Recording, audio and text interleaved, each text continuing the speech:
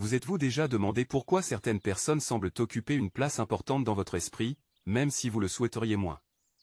Vous continuez votre vie, vivez de nouvelles expériences, rencontrez de nouvelles personnes. Pourtant, elles persistent, comme un fantôme du passé, refaisant surface dans les moments de calme. Carl Jung pensait que ces pensées récurrentes ne sont pas aléatoires.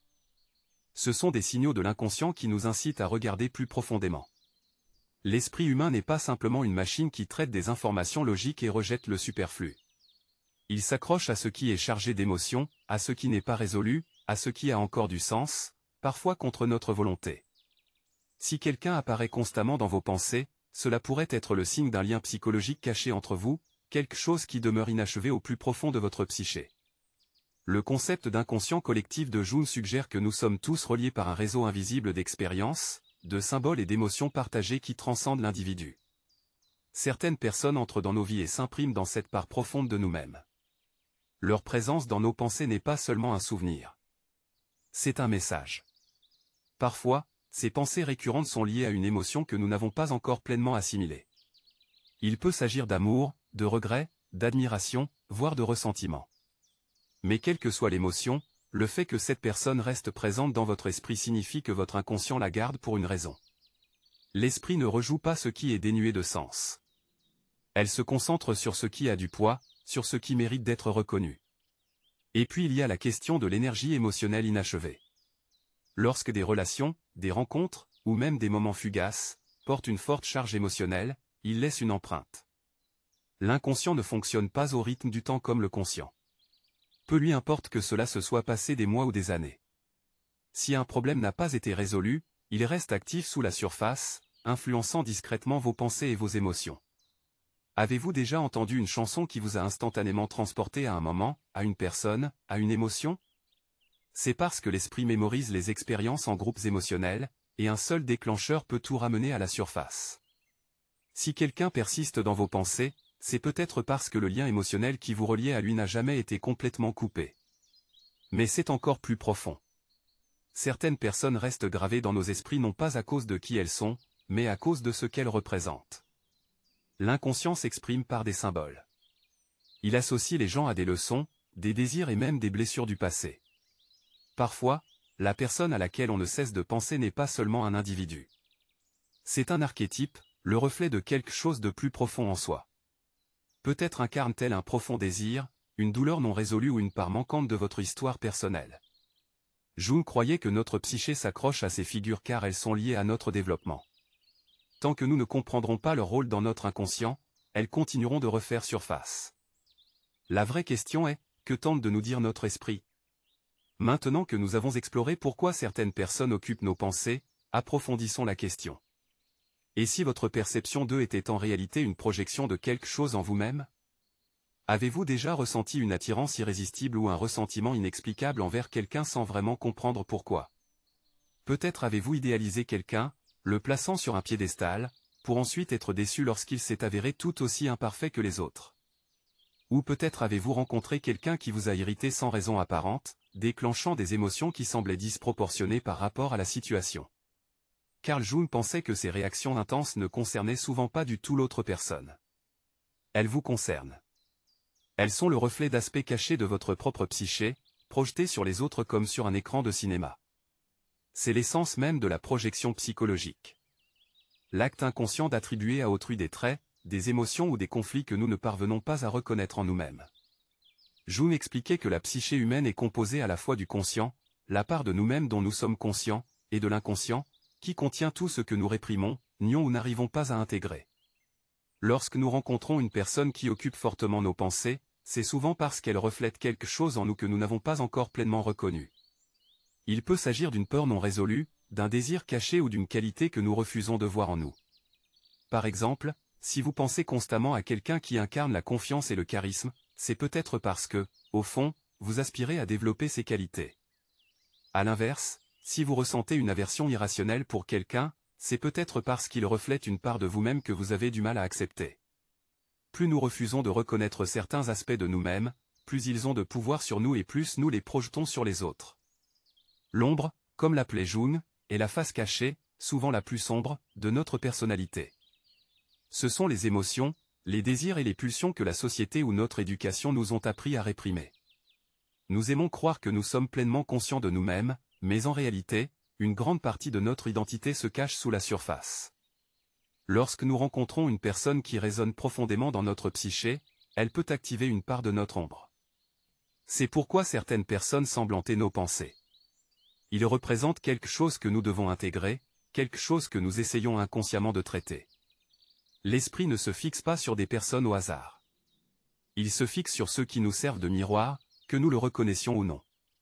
La véritable raison pour laquelle quelqu'un occupe constamment vos pensées n'est peut-être pas cette personne. Il s'agit peut-être d'un aspect de vous-même qui attend d'être révélé. Mais la projection ne concerne pas que les individus. Cela peut façonner toute notre vision du monde. Notre regard sur les autres est filtré à travers nos propres conflits intérieurs.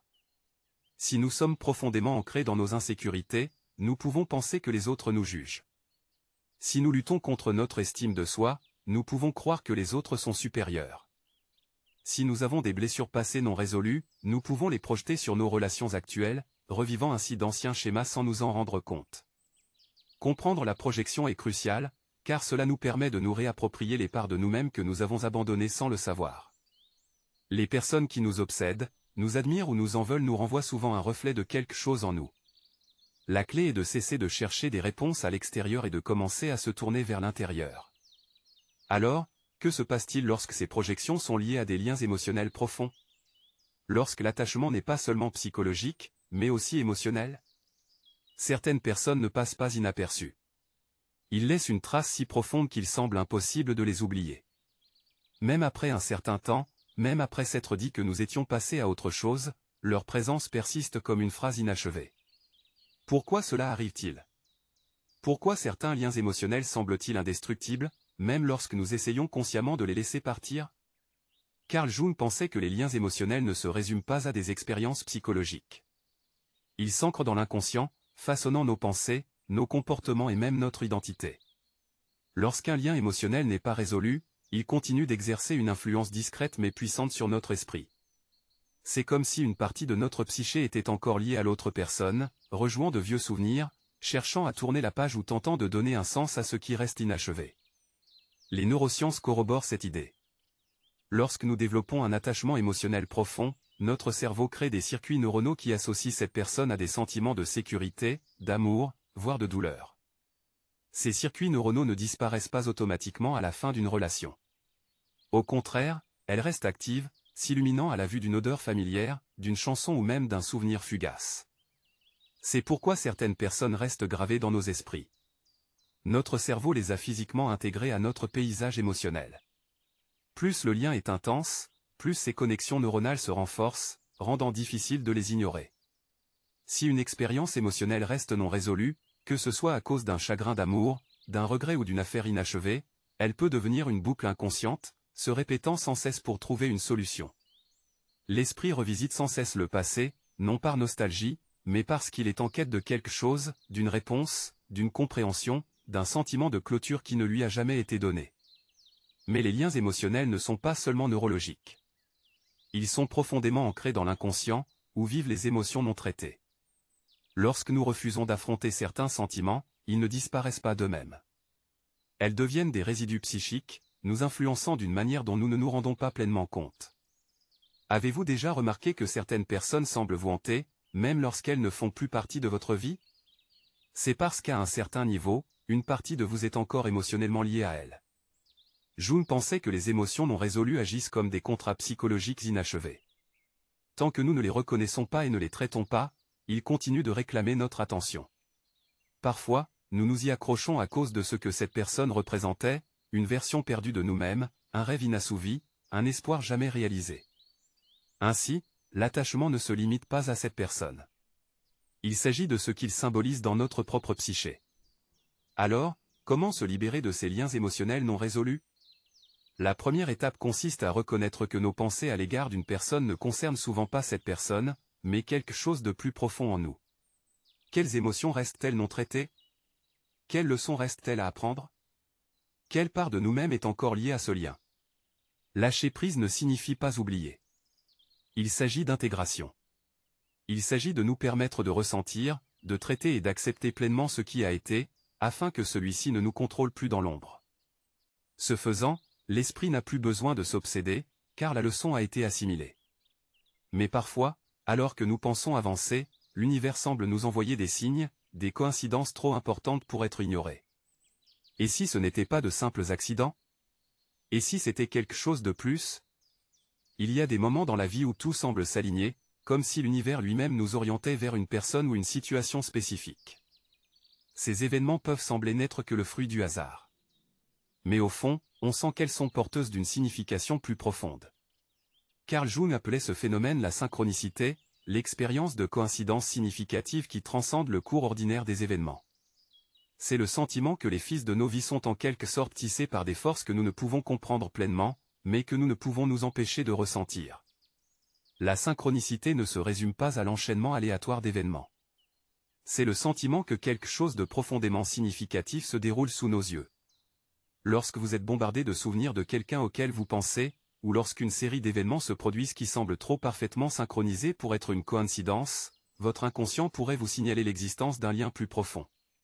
Ces coïncidences surviennent souvent lors de moments d'intensité émotionnelle, lorsque votre esprit est occupé par des émotions non résolues, des désirs inexprimés ou des affaires inachevées.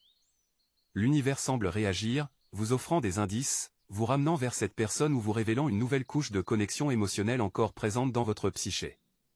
Jung pensait que ces expériences n'étaient pas simplement fortuites, mais révélaient plutôt un ordre sous-jacent au chaos de la vie.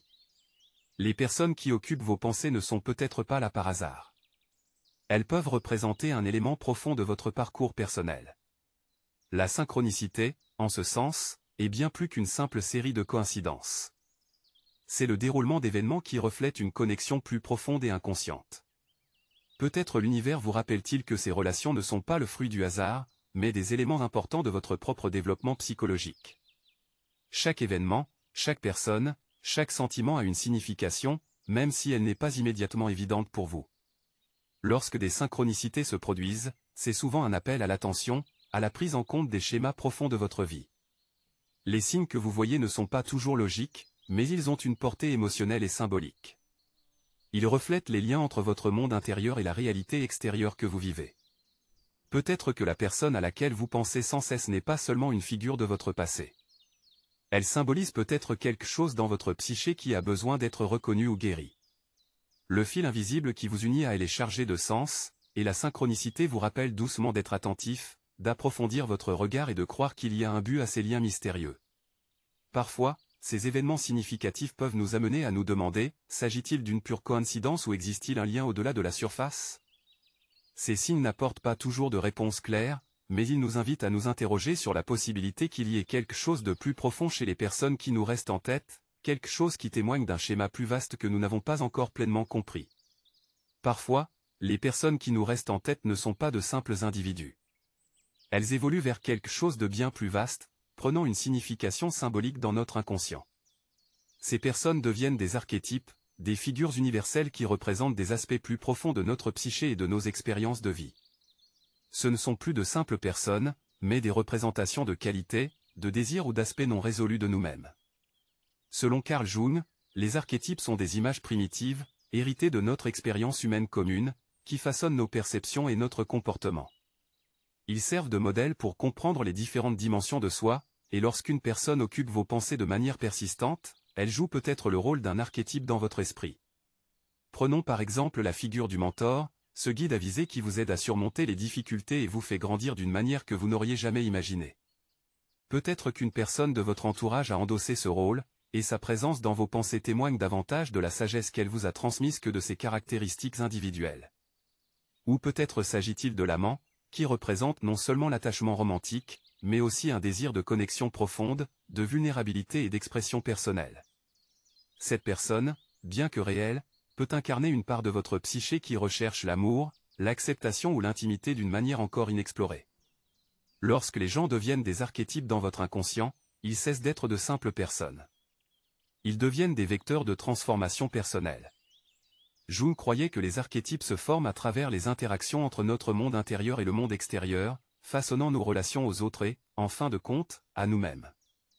Au fil de notre vie, nous rencontrons différentes figures archétypiques, chacune influençant notre développement personnel. La personne qui occupe constamment vos pensées agit peut-être comme un miroir, reflétant un rôle que vous essayez inconsciemment de jouer. Elle peut représenter un aspect de votre propre développement, ou même une qualité que vous apprenez à intégrer à votre vie. Qu'elle apparaisse comme le guerrier qui défie vos limites, la victime qui suscite un sentiment d'impuissance, ou l'ombre qui confronte votre moi le plus sombre, elle essaie toute de vous apprendre quelque chose sur qui vous êtes et qui vous devenez. Mais que se passe-t-il lorsqu'une personne réelle se fiche dans le rôle d'un archétype? Lorsque nous idéalisons quelqu'un au point qu'il ne se sent plus humain, mais symbolique? Dans ce cas, nous perdons de vue son individualité et projetons sur lui un ensemble d'attentes et de désirs. C'est là que réside le danger. Lorsque la personne que vous imaginez n'est plus autorisée à être un être humain complet et complexe, mais devient un archétype dans votre psyché, vous pouvez avoir du mal à accepter ses défauts, ses imperfections ou ses inévitables changements. Cette projection mène souvent à la déception, car la personne ne peut jamais être à la hauteur de la version idéalisée que vous avez créée. Cependant, la véritable leçon réside dans la reconnaissance de ce schéma et dans l'apprentissage de la complexité des autres et de nous-mêmes, au lieu de nous fier à des images simplistes et unidimensionnelles. Les personnes qui nous restent en tête ne font pas seulement partie de notre passé, elles jouent souvent un rôle crucial dans la construction de notre monde intérieur. Lorsque vous reconnaissez qu'une personne est devenue un archétype dans votre psyché, vous acquérez le pouvoir de transformer votre relation avec elle et avec les parties de vous-même qu'elle représente. La question devient alors, qu'est-ce qui, chez cette personne, vous appelle à grandir? Et comment pouvez-vous utiliser cette prise de conscience pour vous rapprocher de votre moi authentique? Lorsque quelqu'un occupe constamment vos pensées, il est facile de se sentir dépassé, comme si votre esprit était prisonnier d'une boucle de contemplation sans fin. La première étape pour vous libérer de cette prison mentale est de comprendre que ces pensées persistantes ne sont pas nécessairement un signe de faiblesse ou d'obsession, mais une invitation.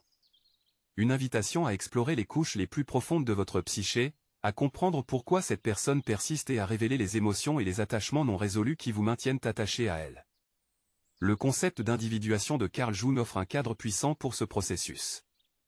L'individuation est le cheminement vers l'intégration de toutes les facettes de soi, lumineuses et obscures, conscientes et inconscientes. Il s'agit d'affronter les aspects de soi-même qui ont été négligés ou refoulés, et de les laisser émerger. Si quelqu'un persiste dans vos pensées, c'est souvent parce qu'il est connecté à une part de vous-même qui n'a pas encore été pleinement reconnue ou comprise.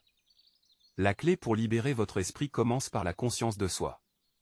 Prenez le temps de réfléchir à la raison pour laquelle cette personne occupe une place si importante dans votre esprit. Quels sentiments surgissent lorsque vous y pensez?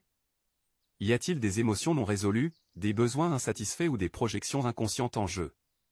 Peut-être s'agit-il de quelque chose que vous n'avez pas encore pleinement assimilé. Douleur, désir, regret, ou même quelque chose de positif comme l'admiration ou un potentiel inexploité. Comprendre ces émotions est la première étape pour dénouer l'emprise mentale qu'elles exercent sur vous. Tenir un journal, méditer ou même s'interroger profondément peut vous aider à identifier la cause de votre obsession. Une fois la cause sous-jacente comprise, vous pouvez commencer à libérer consciemment la charge émotionnelle qui ramène constamment vos pensées vers elle.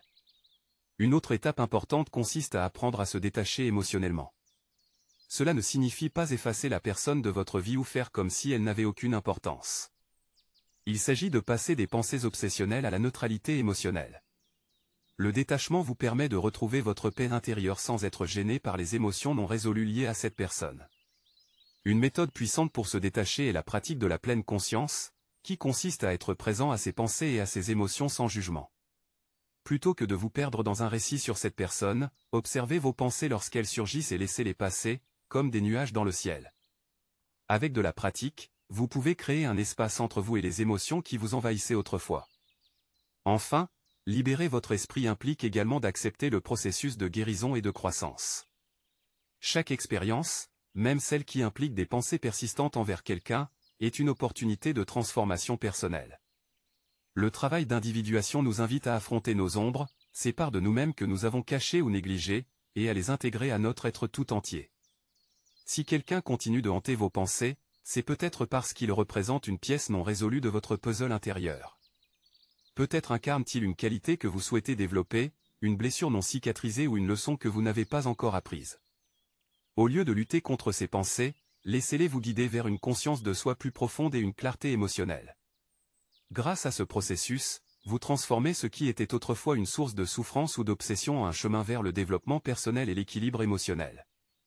En comprenant les couches profondes de votre esprit, vous retrouvez la capacité de choisir votre concentration émotionnelle, de décider quelles pensées méritent votre attention et de rediriger votre énergie vers le développement. La personne qui dominait autrefois vos pensées occupe peut-être encore une place dans votre cœur, mais elle n'a plus le pouvoir de contrôler votre esprit. Grâce à la conscience de soi, au détachement et à la guérison, vous pouvez vous libérer de l'emprise des pensées obsessionnelles et retrouver un équilibre émotionnel où votre véritable moi peut s'épanouir. Comme nous l'avons vu aujourd'hui, les personnes qui persistent dans nos pensées ne s'y attardent pas par accident. Ils véhiculent des messages, des leçons et des réflexions sur des parties plus profondes de nous-mêmes qui demandent notre attention. En comprenant les connexions inconscientes, les projections, les liens émotionnels et les archétypes en jeu, nous pouvons nous libérer des schémas qui nous freinent et retrouver notre équilibre émotionnel. N'oubliez pas que la croissance est un cheminement, et que chaque expérience, aussi difficile soit-elle, est une opportunité de devenir une version plus complète de vous-même. Si vous avez trouvé cette exploration de l'esprit intéressante, n'hésitez pas à liker cette vidéo, elle permettra à d'autres de découvrir ce contenu transformateur.